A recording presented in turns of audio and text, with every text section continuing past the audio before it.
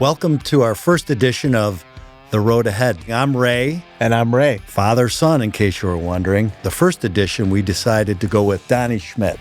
He's the mayor of Fox Lake. We've been here in the community in Fox Lake for 35 years now. Donny was mayor for 14 of those. You'll learn some things about local government that I didn't know. We were happy to spend a little bit of time to talk with Donny, and he let us know some awesome things going on in Fox Lake. It'll be worth your time and a lot of fun. Donny was the perfect first guest.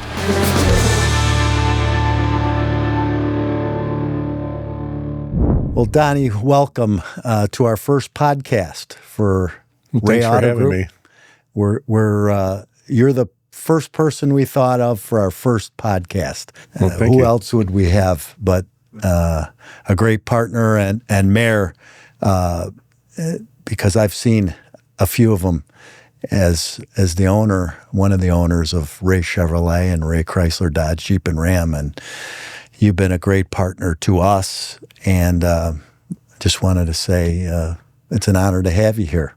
Well, thank you. It's been a pleasure to work with you guys. From your father to your brother to your son. It's just a tradition that's been great for the village. It's been a great partnership, and can't tell you how much I appreciate it. It's been how many years now? I'm in my 13th year. I've got another 3 years left on this term, so we've got quite a bit done together. We sure have. And I wanted to ask you, and I know Ray, we talked about some of the things that we wanted to talk to you about, and there's many, but one was, why did you decide to be a mayor? So it's a little bit of a long story. It started when I was in grade school. I went to St. Peter's in Spring Grove, and when I was in 7th grade, the nun said, we need volunteers to go visit old people. And all the girls signed up. So I thought, well, I guess I can hang with some old people. And so I started going to visit the old people, and then the girls quit going, but I got something out of it, and I kept going, and it started me in being a volunteer. Over the years, I've been a volunteer on the Blind Bowling League. I was an instructor for the Lions Club, a volunteer fire department, every group at the church I've been involved with. And to me, being mayor is just another part of being a volunteer. You don't do it for the money or anything. You do it because you love your town and you want to give back. There's a saying that I've used quite a few times by Arthur Ashe. He was a great humanitarian. And it goes, with what you earn, you make a living. With what you give, you make a life. And that's why I appreciate the Ray Auto Group so much. You know, your father and everything. You can be a successful businessman, but you and your family are successful human beings. And it means a lot to me in the village. You guys have given so much to the Little League, the USO, you name it, the driver's ed schools and all that. And what you've contributed to the community is continuation of, like me, being a volunteer. You know, you're businessmen, but you're also volunteers and help our community. Yeah, that's kind of our ethos. You know, we certainly are in the transportation business, right? Selling cars, trucks, and fixing them. But we are a part of our community. People count on us. They count on us for those things, but if we can be giving back for good, we should, because the community's been good to us. And that's go a little bit further. I was honored to be inducted into the Grand High School Hall of Fame. And during my acceptance speech, I never dreamed that I would be a mayor. And one of the things I said during my speech was, if there had been a vote, least likely to be mayor, I would have been in the top 5. Because never did I ever dream. Sure. It was through being on the volunteer fire department. They asked me to run for trustee. I lost my first election. And I was done, never again. but a group got together and said, you got a lot to offer, run again. And then it led to me eventually being mayor. That's what always impressed me about you. From the moment I met you all those years ago, you're in it for the right reasons. And it's because of, all those things that you just mentioned, and you care about Fox Lake and the community. And it shows. And we would all be better served if people were all in it for that reason. Yeah. And I think we got a great board, and you don't do it for the money, but you want to make a difference and make it better. 5 generations of my family have grown up in Fox Lake. I graduated from Grant. My children did. My grandchildren did. And I hope that tradition carries on, just as you've carried on your tradition in your business your father started.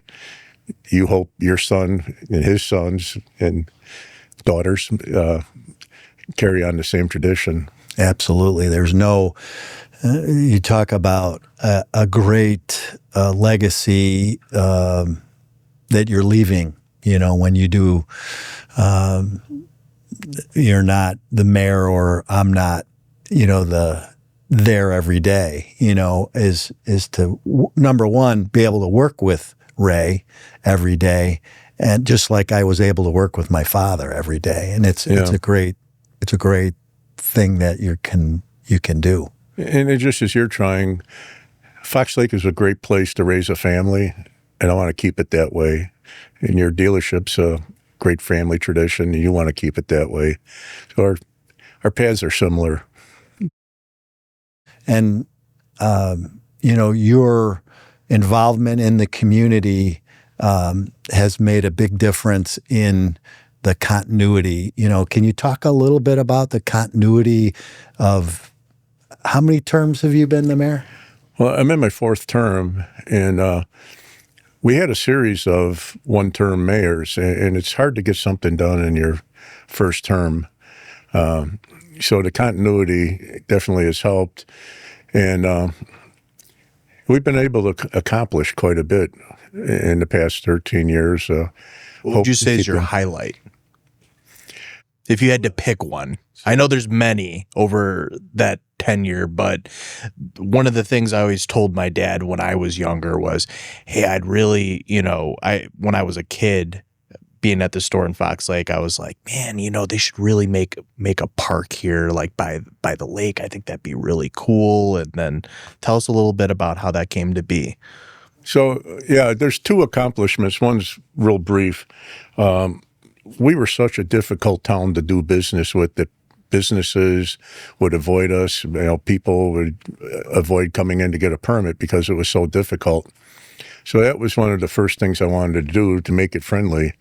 There was a couple rules I installed at the village immediately.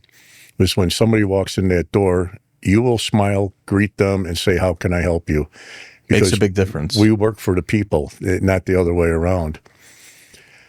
When I was a boy growing up and a teenager, our lakefront park, we called it Skid Row. There was a bunch of seedy bars, shaky hotels. It was not somewhere you could take a family. And quietly, we began acquiring properties along that lakefront. And I'll take credit. It was my idea to expand the park.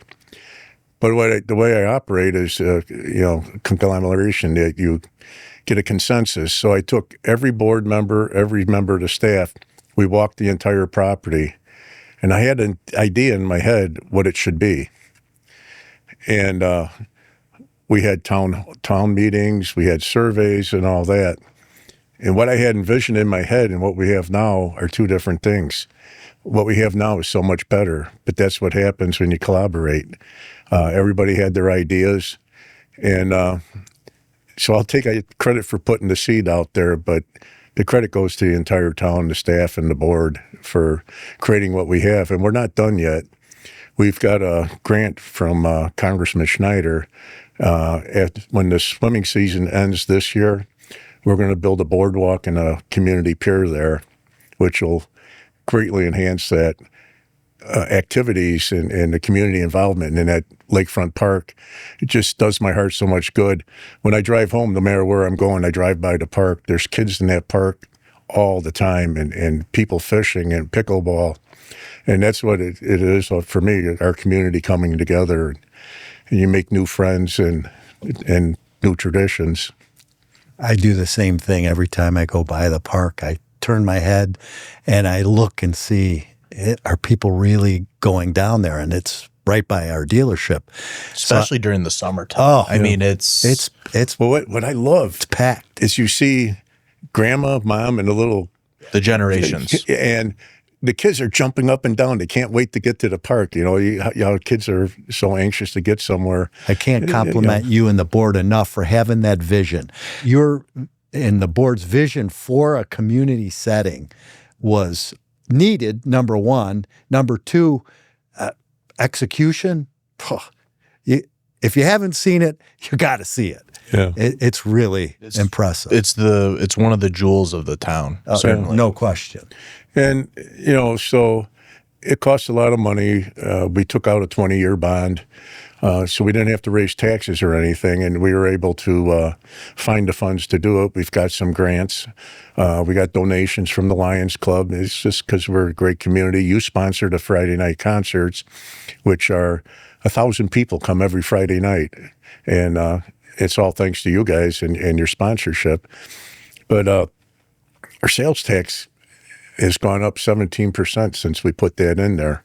So although it did cost a lot of money, we're getting return on that, and we're having new people come in with businesses, and so it's I had really not helped heard us that out. stat. Yeah. That's pretty cool. I didn't either. And Donnie, That's another really thing cool. that I think is really cool about what differentiates this park from some of the other local parks in the area is, correct me if I'm wrong, it's also kind of, it's right by the lake, so there's people that pull up with their boat too to the park, correct? Yes, and they can't dock right now, but once we get that pier in, which will be a year from now, we'll be cutting that ribbon.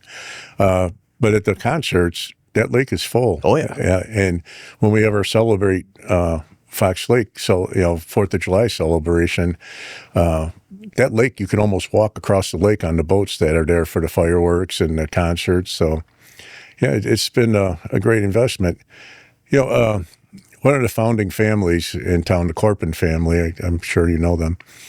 Walter was the financial director when I became mayor. And people would tell me, you could be the next Lake Geneva. And Walter told me, he goes, Donnie, you don't want to be the next Lake Geneva. You want to be the best Fox Lake you can be. So I want to provide all the amenities for our residents, but I don't want to change the makeup of our town. I want it to still be a great place to raise a family with the great schools and the good businesses, but I don't want to change our culture either. So at your time in being mayor, because this is 14 years for you now, right? Correct? What's a lesson leadership taught you that you couldn't learn any other way?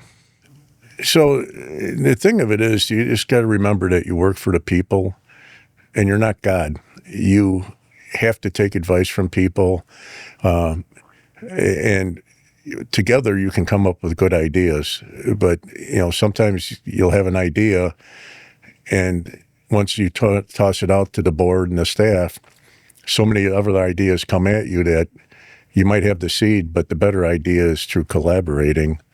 And teamwork, like we do at the dealership, same thing. Right. It can't be just my dad and I. We work with a lot of great people, just like I'm sure you work with a lot of great people on your board, and you put your heads together, and the problem or the challenge isn't as big when you collaborate. What's great about a board like you work with is that their experience is specialized and different, but together pretty strong. Yeah. So I tried to have our board mirror our population. I've got 3 men, 3 women, some younger, some older, blue collar, white collar, and that's what our community's made up of. And so I want to see everyone's perspective. And then managing people, the village has over 100 employees. I think you guys got more than the village does, but to try and get them all to work as a team. When I came in, each department was a silo, and they didn't work together. And that was one of our other accomplishments. We have staff meetings every 2 weeks, and everybody gets to hear everybody else's, goals, ambitions, problems. And then sometimes, you can work together. We share equipment with each group, but being a team and having everybody pushing towards the same goal line is really important. Hopefully that's what I offered when I came in. For sure. And there are many events since you've been mayor. Talk about events that kind of stood out, whether you had to be involved in those events or you witnessed some of those events. What are some things that stand out in terms of you being the mayor? We started a group called Promote Fox Lake. A couple people said, hey, can we start a volunteer group? We're going to beautify the town. And it's grown. It's Promote Fox Lake has grown. They put up memorial signage around town. They do all the landscaping. This year they did a drone fireworks show. And it was all volunteer efforts. They raised their own funds. Our events are just, enormous. There's something going on at that park every single week. The cardboard boat races, the mayor's fish fry, the fishing derby. How can younger people get involved? Well, that's one thing one of my big goals. Every year I go to the schools, and we've got a great relationship with the schools. National Honor Society comes and volunteers at all our events. And we've opened up a volunteer page where you can go to the parks director and come on in, and we'll find something for you. There's so many different avenues to volunteer at, but we'll find something for you. And, what I found out from all those things I said I volunteer at, whenever I do that, I get more out of it than I give. The people I meet, the friends I make, and just the feeling like you're doing something good. So, yeah, come on down to our park, talk to our parks director, and we'll find a spot for you to help out, and you'll enjoy it. Yeah, because I think that's one of the things, like, throughout this conversation that I've really picked up on just myself is just generationally, right? Like, younger, older, doesn't matter. How can we collectively as a group improve Fox Lake? I think you've given some great insight into how to do that just now. It's Get huge. involved. One of the things that's changed is social media. It just seems sometimes like it's so negative. It's like you're ostracized if you put a positive comment and people attack you. But, that's a very small minority That's true. that has Agree. that, I live in this town. I go to the grocery stores. I go to the restaurants. I walk to work. And it's the people feel free to come up and talk to me. And I hear them tell me, don't pay attention to all that stuff that's going on. They're just angry people. And so I got to caution people, don't get too caught up in that social media. Open your eyes and see what's really going on. And we're an open board, myself especially. I go to all our events, and people feel free to come up to me. When I introduce myself, when I go to any events, I was on at one this morning. I said, hi, my name's Donny. I work for the Village of Fox Lake. So that's the thing. We're very accessible. And I've been to a couple of them. You are extremely accessible, and a lot of the people, my dad and I have both gone to them. You get all different kinds of people, right? Yeah. That come to them, but I think that's part of the transparency, right? That's part of what makes Fox Lake, and under your leadership and with your team, special is that transparency. I think you really brought a lot of that. Yeah, our board meetings, you don't have to come into the boardroom. Exactly. We have them on Zoom. We're open books. There's nothing underhanded, skullduggery, anything like that. We're trying to be as open as we can, and we try and take input from the people as much as we can. We can't always do everything that people ask. I'll give you one example: the train whistles. Half the town wants to get rid of them, and the other half says, no, you better not. For safety. Yeah, for safety. And and it's so we've had open meetings about it. It's going to cost us for the train whistles a $15,000 study to see if we qualify to get rid of the train whistles, and that's one thing that sometimes people have good ideas, but implementing those ideas is a long journey. So we're going to get started, do the study, see if we even qualify, and then we'll go from there. But as mayor, right, that's something that you're taking up because that's a split issue, right? That's what our people asked for, so. That's a good example of you listening. What do you think in total makes Fox Lake unique? You spoke earlier about keeping the Fox Lake identity. What do you think makes Fox Lake unique? So again, I'm just going to go back. It's a great place to raise a family.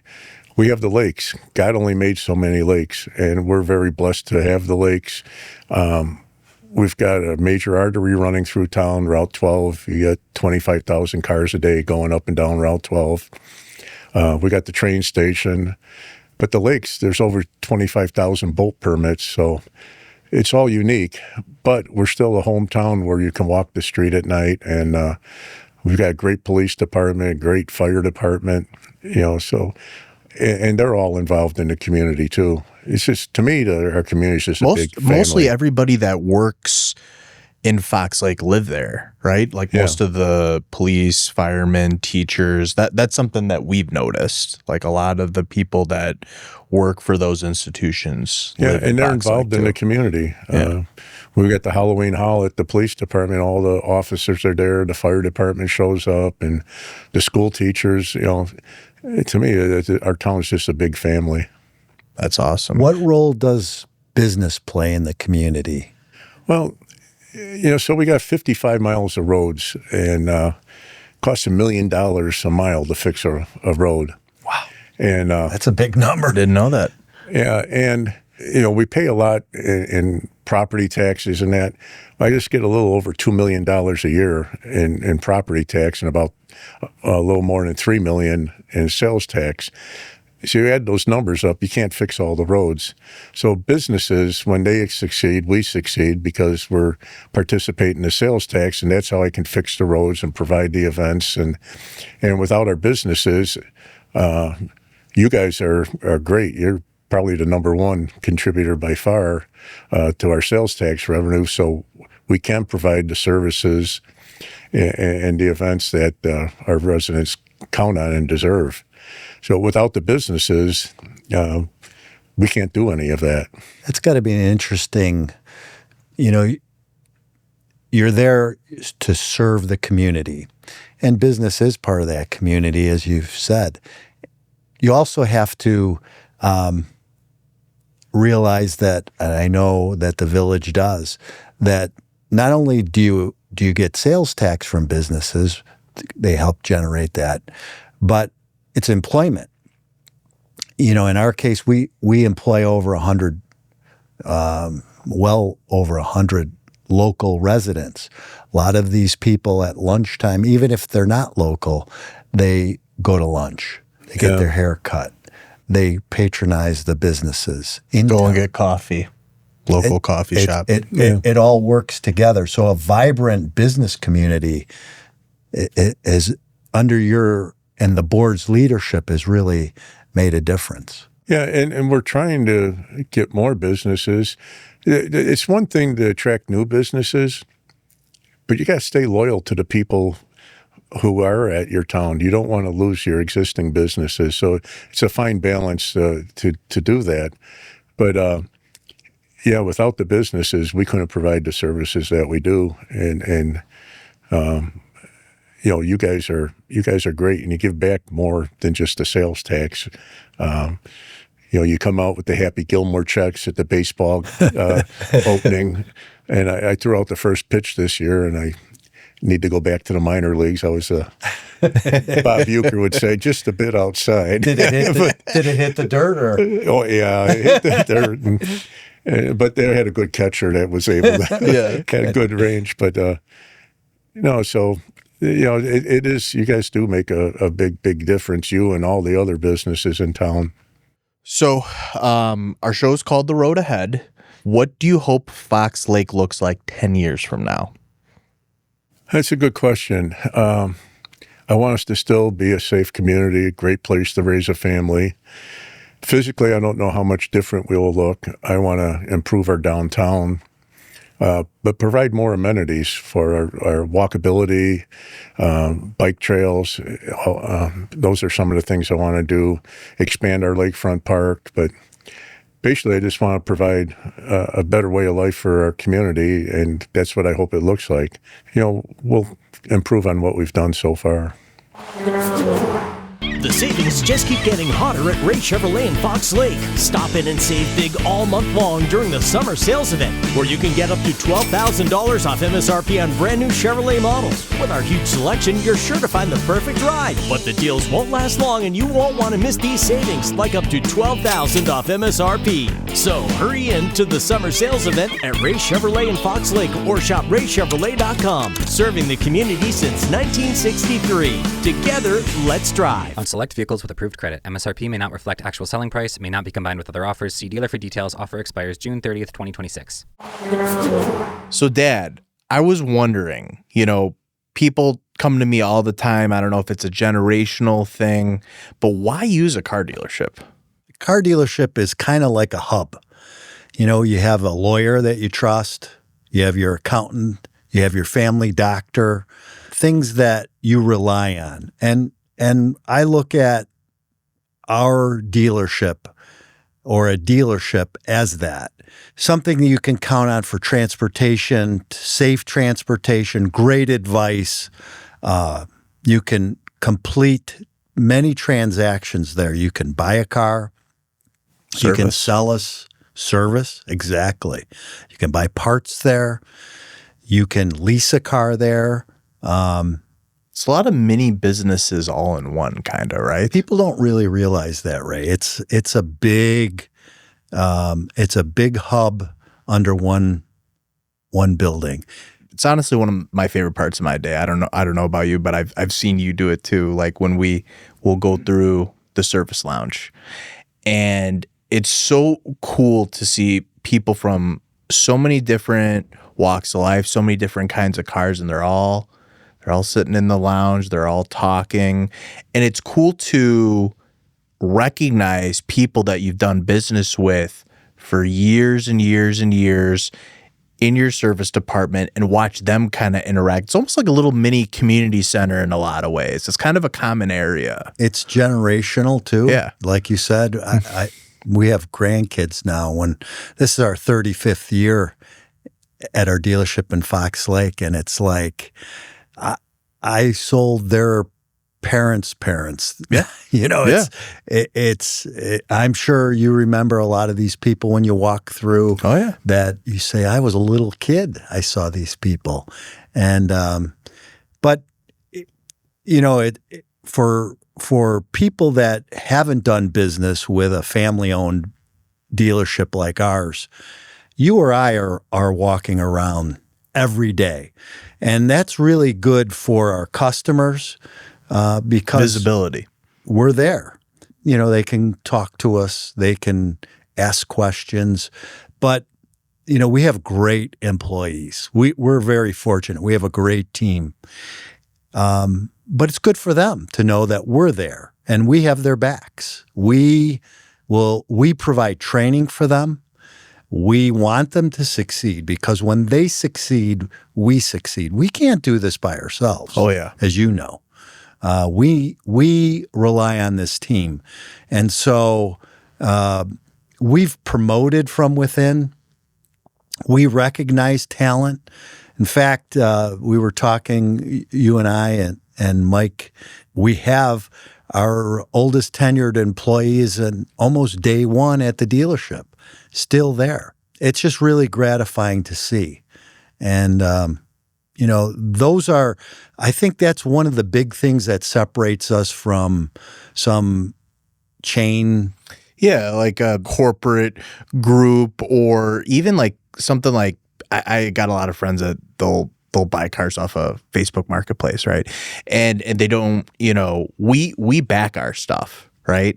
We're a business.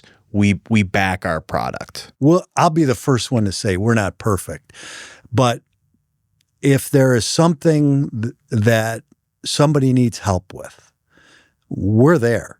We're there. We honestly try to make it right.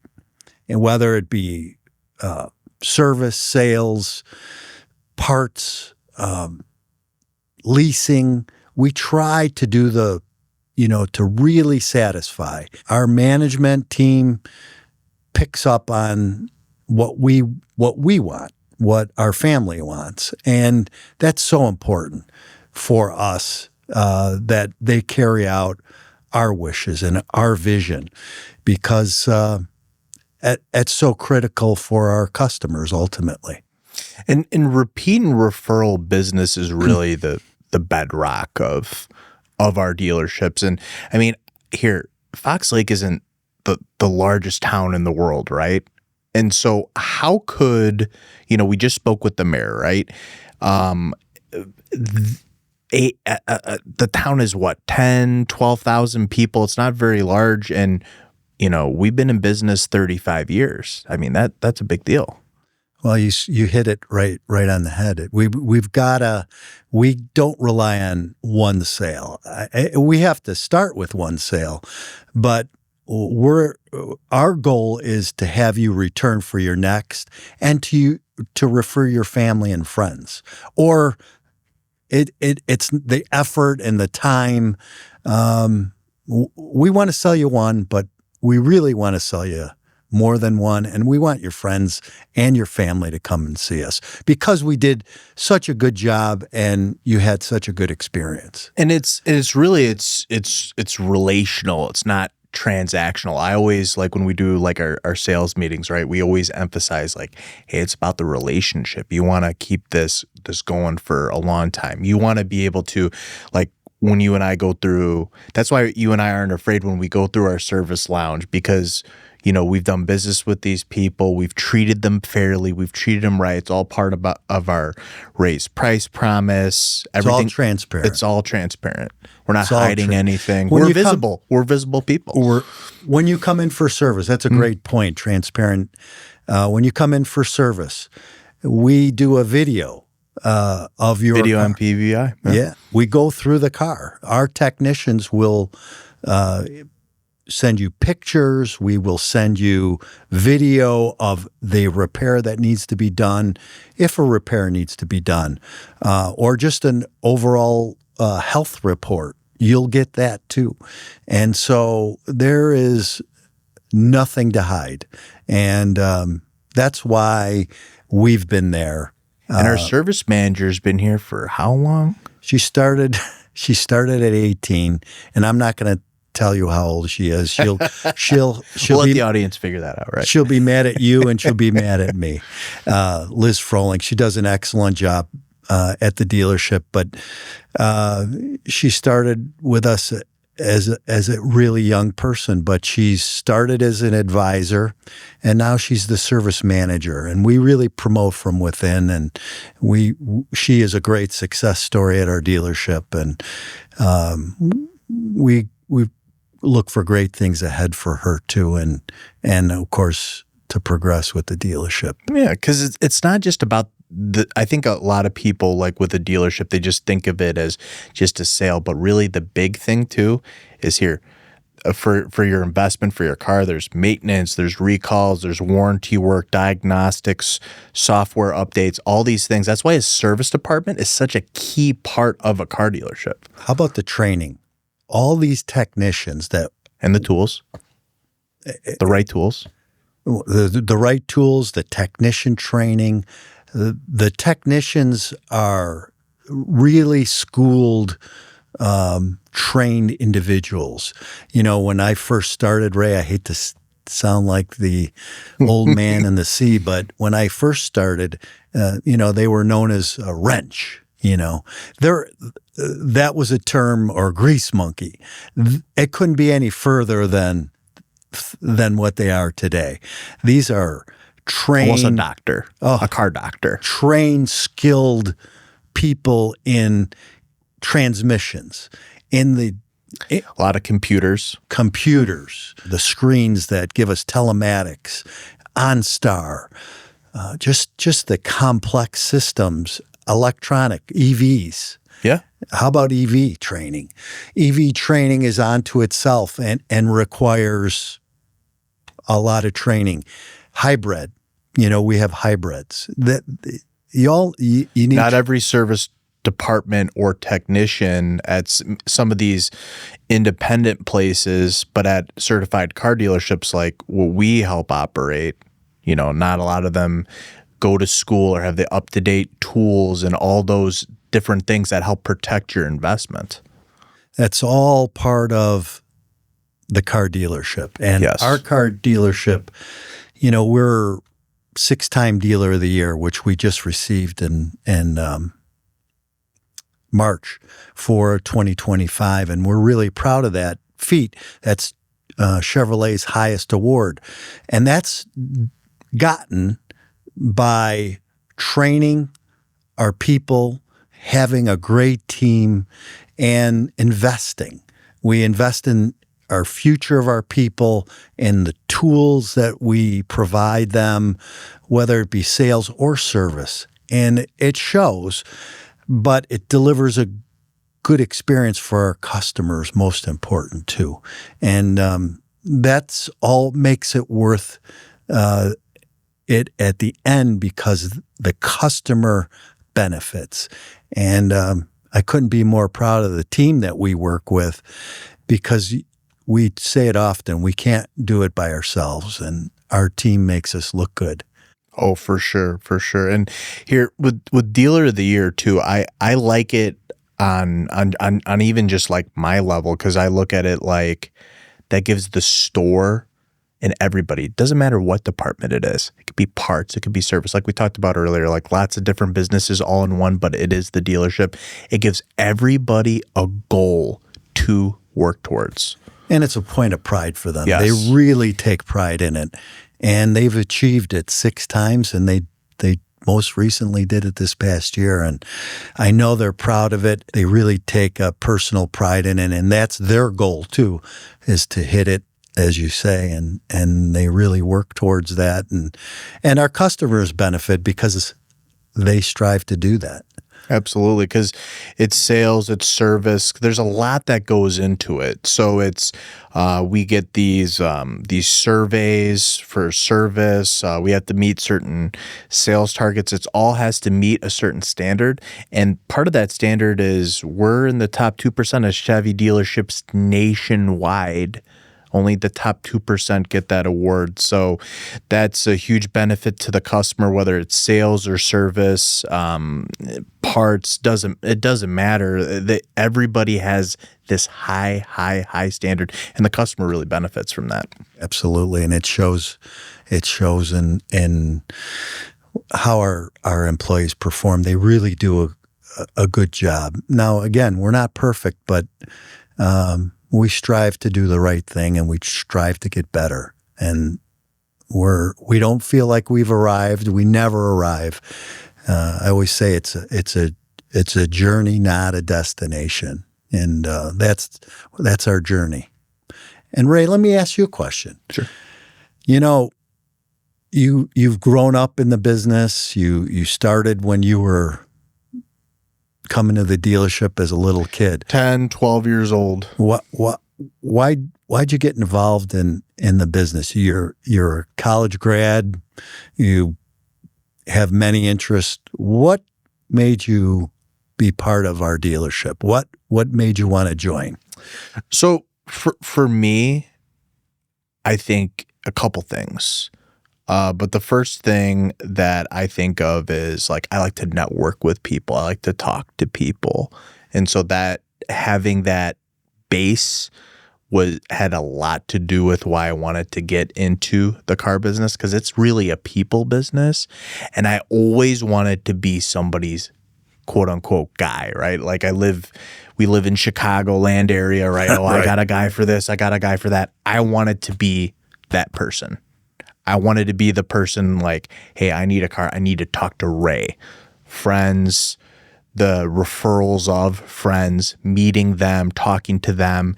It's the only job where you can go into in a dealership, working at a dealership is here. I've talked to people. We just talked to people. One was a mayor, one was a sports journalist, another person owned a restaurant, a lawyer, like all these different people. And I've always had this like curiosity about knowledge and talking to people and their experiences. And I get into all that when we're doing business, whether they're buying a car from us, whether they're servicing from us. It's cool to just hear their day to day.